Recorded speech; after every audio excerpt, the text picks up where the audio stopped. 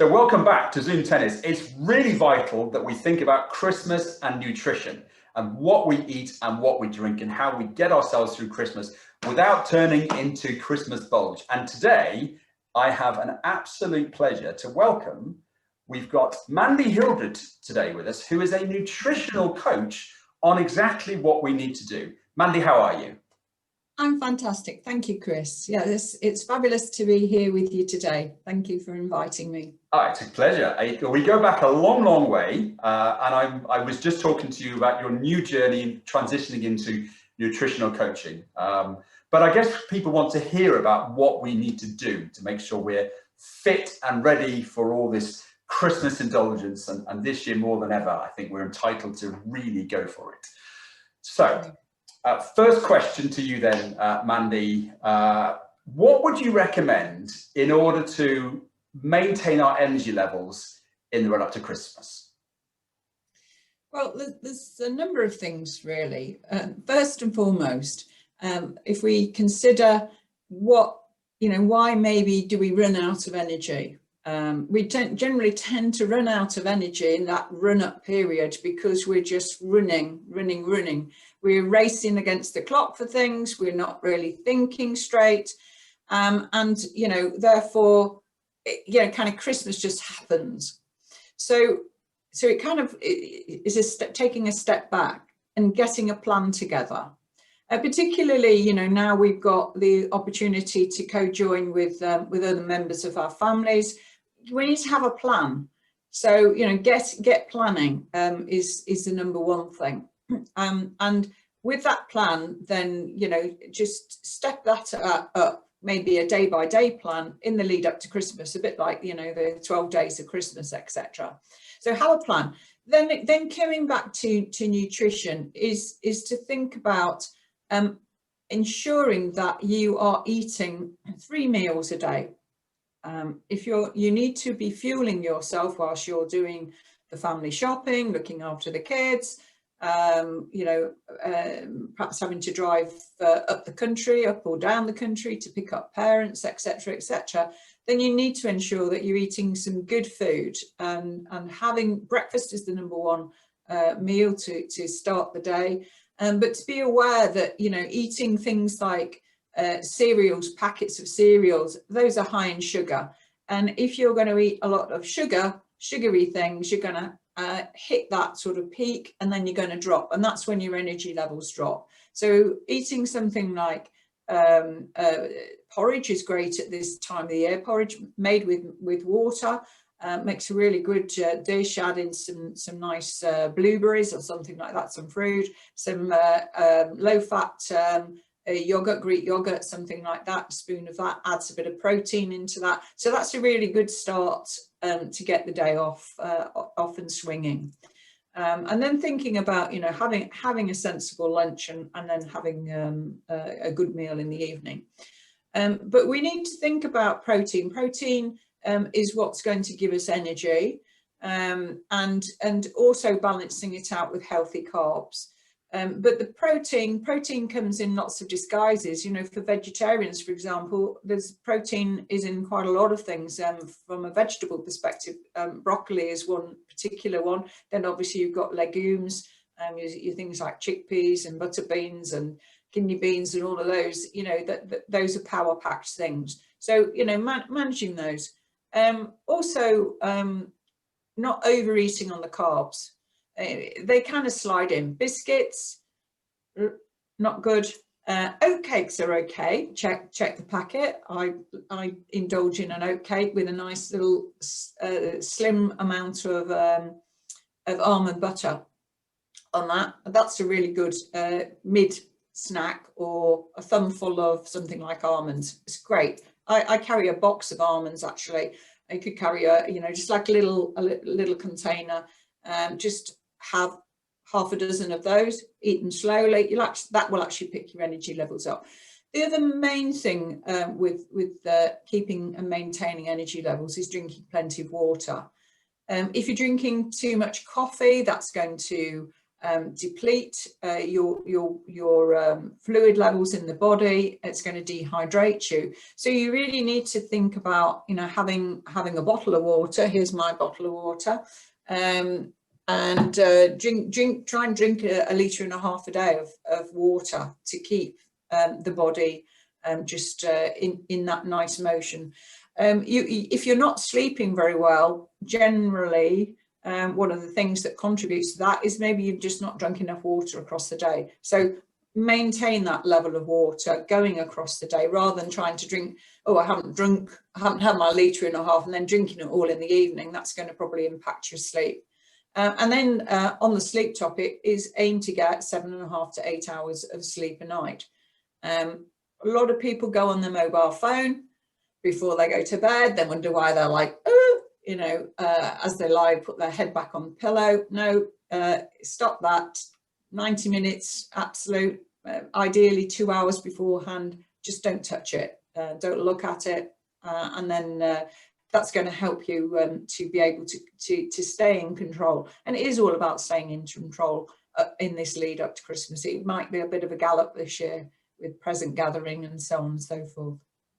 Okay, well, I love that. In terms of, you know, the planning aspect in particular, I think is really important, because the temptation just to grab and go, grab the protein bar, or grab the chocolate, or grab the quick processed something from the garage, because you haven't really gone into the week or the day with intent about the food. I really advocate that completely. So planning our nutrition and thinking about what am I going to do, where am I going to go, and how can nutrition and water become part of that. I really like that answer, Mandy. Okay, well, good. A question back then for you, then to me, Mandy, I guess. Yeah, absolutely. So what about you, Chris? You know, how does nutrition play a part in your life? Well, I've gone through a journey, I have to confess. So as part of my journey, I went big on triathlon. So Ironman was my sort of pinnacle, really. And nutrition for that is fundamental, because if you get that wrong, when you're going for 14, 15 hours, if it's that long, you have to fuel the body correctly. So it's about understanding how the highs and lows of what you talked about there, the sugar, how it hits you high, but it doesn't serve you long. So for me, it's about protein, it's about slow release carbs. And also I've understood that you can train the body to not be so reliant on carbs. So I do water fasting now at least once a month for sort of 24, 36 hours, just to train the body to say it doesn't need the things that it thinks it needs. It goes for the quick release of the bread or the Mars bar. So I am actually a lot more of a plant-based advocate of vegan, sometimes vegetarian, and all the things you talked about, the chickpeas. I think it has such a bad press in terms of, you know, the nut loaf or the chili con carne veggie, but it's become accepted now. And I think as we carry on going through the next 5-10 years, we're going to see an ascendance of vegan and vegetarianism becoming no stigmatism attached to it. I think people are going to really understand the importance of it. And you can get just as much nutrition, just as much vitamin C from a Brussels sprout as you can an orange, and just as much protein from a chickpea stew than you can a breast of chicken. But it's education. And I really hope that part of your new transition into nutritional coaching is going to help more people understand how nutrition, planning, and water can really help your resilience, mindset, and your focus to enable food to serve you, as opposed to just become something that is a tertiary thing you don't really think about. So that's my sort of change of what I've gone through. My kids think I'm completely nuts. They're sure that I've gone to some hippie commune when they see the Happy Vegan book on the side, and they see my fridge and cupboards full of vegetables and chickpeas, and they look at the stew and they kind of think, what on earth? But I made a great katsu curry sauce the other day, and I poured it over my son's fish and chips, and I didn't tell him what it was, and then I told him it was a vegan katsu curry sauce, and he literally was sort of blown away with the quality of it. So yeah. Yes, I think So many people just kind of eat the same things day in, day out, and you know, they get very regimented if they haven't explored the opportunities of eating vegetarian or vegan food. And you know, I think it's more about education than anything, and that's, you know, something that in my work I aim to do, is to help people, you know, to choose healthy food. Yeah, and I think it's so easy not to do it, but it's also discipline. So last night I was traveling and I thought, okay, journey, traveling, Costa, and a quick sandwich, or plan and prepare. So it was about getting the water ready, doing a couple of wraps with some hummus and some vegetables in, and putting a bag of crudités in the pack as opposed to biscuits. Okay, it sounds a little bit perhaps anal, but it was just about going on my journey with intent for my food to serve me, as opposed to just thinking, what can I just grab and go with? And then the impact of that would have been lethargy and high peak sugar, and not actually giving me then a good sleep last night. So thankfully I had a good sleep last night, not 8 hours, I have to confess, but I'll hopefully pick that up this weekend. Excellent, fantastic. Second question then, back to you, Mandy, and this is really important for Christmas, because we're going to be tempted and put in situations so much where we are going to indulge. So how can we carry on eating sensibly and over drinking and overeating for Christmas without being the party pooper? Again, it comes back to the planning, because, you know, if you're thinking about the food that you need to bring into your home to feed however many people you're going to feed, you need to give it some forethought, just like you did on your journey, which I think was fantastic. You know, is planning ahead. So thinking carefully about, you know, maybe, you know, how can you stage that? You know, how can you create, you know, a plan that's going to go right the way across Christmas Day and probably Boxing Day. You've got relatives coming to stay; they're likely to be there for a few days. So thinking ahead again, and you know, getting prepared, maybe putting stuff in the freezer, and the challenge is, Chris, that if we get into that stressful state, that's what knocks us off track. So stressless, as you know, stress. So we just talked about, you know, how we maintain, you know, reducing that stress in the lead up to Christmas. We've got to maintain that again going across Christmas, and actually cooking a Christmas lunch, that can be quite stressful. So planning ahead, thinking, you know, simply about what you want, what you're going to eat, and stopping the mindless eating. So not packing the cupboards full of crisps and crackers and things that people can nibble on. You know, having some, you know, and making a nice hummus dip. It's pretty simple. Buy a can of chickpeas and some tahini, and just, you know, you can Google online and get a very easy recipe for that. You know, some crudités of carrots and celery. You know, something really nice, some peppers that can easily be prepared in advance, and those can be on the table for everybody to nibble on in between whilst you're in the kitchen. So removing those stacking type things that, you know, we stuff ourselves on. Focusing on the nutritious foods, the protein and the vegetables. You know, okay, it's Christmas, we're going to indulge in something, but just make sure it's not a huge amount of something that is just, you know, going to make you feel absolutely a bit like a beach whale. So eating too many unhealthy carbs is going to do that for you. Also thinking about alcohol. What is a sensible amount of alcohol to be drinking? So again, it's about mindfully planning this.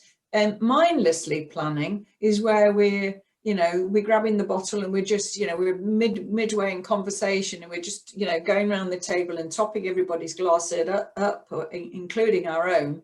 Whereas being mindful about that, you maybe want to think about, you know, well, wait until somebody's glass is emptied before you actually top it up. Do they really need it? Ask them, would you like some more? You know, we need to avoid overeating. Make sure there's some water on the table. Iced water is great, and a separate glass for that, so that people can actually have a drink. And thinking in terms of the food that's being consumed, how you can be more mindful. One of the behaviours that you can start to introduce is to eat slower, because what actually happens is that it takes around 20 minutes for us to consume food before we even recognise that we're full. So if you eat a meal quickly, what will actually happen is that satiety level, that indicator, it doesn't kick in before we've eaten, because we could, you know, we could demolish a plate of food pretty quickly, particularly if somebody's really ravenous. So, you know, just try and slow everything down, and just be mindful. Put your knife and fork down in between mouthfuls, just to try and pace that. So, you know, if you're the host, you can do that. You don't have to be bobbing up and down all the time. Yeah. But make sure the food that's on the table is healthy. If you're going for a traditional Christmas dinner, that's great. You know, having a turkey, something like that, it's fantastic, because it will actually leave you with some other food that you can consume on Boxing Day, with some jacket potato, some cold turkey, jacket potatoes, make a nice salad, that sort of thing. So it's all about, you know, just being sensible about this. Okay, have something as a treat. You know, it might be, you might have a trifle. I mean, that's old fashioned, but a Christmas pudding. It might be some sort of ice cream, but just be mindful of not overdoing it, because remember, those are sugar fed things, and they're likely to spike, and actually you have that high, and then you have a crash and a low, and then you're going to need to have something else. Yeah. So that's you know, planning ahead, being mindful, eating nutritious foods, and yeah, enjoy it. We need to enjoy Christmas. Well, that's a great mantra there at the finish of that, in terms of, okay, we can eat healthy and we can eat this and we can resist, but overall, enjoy it.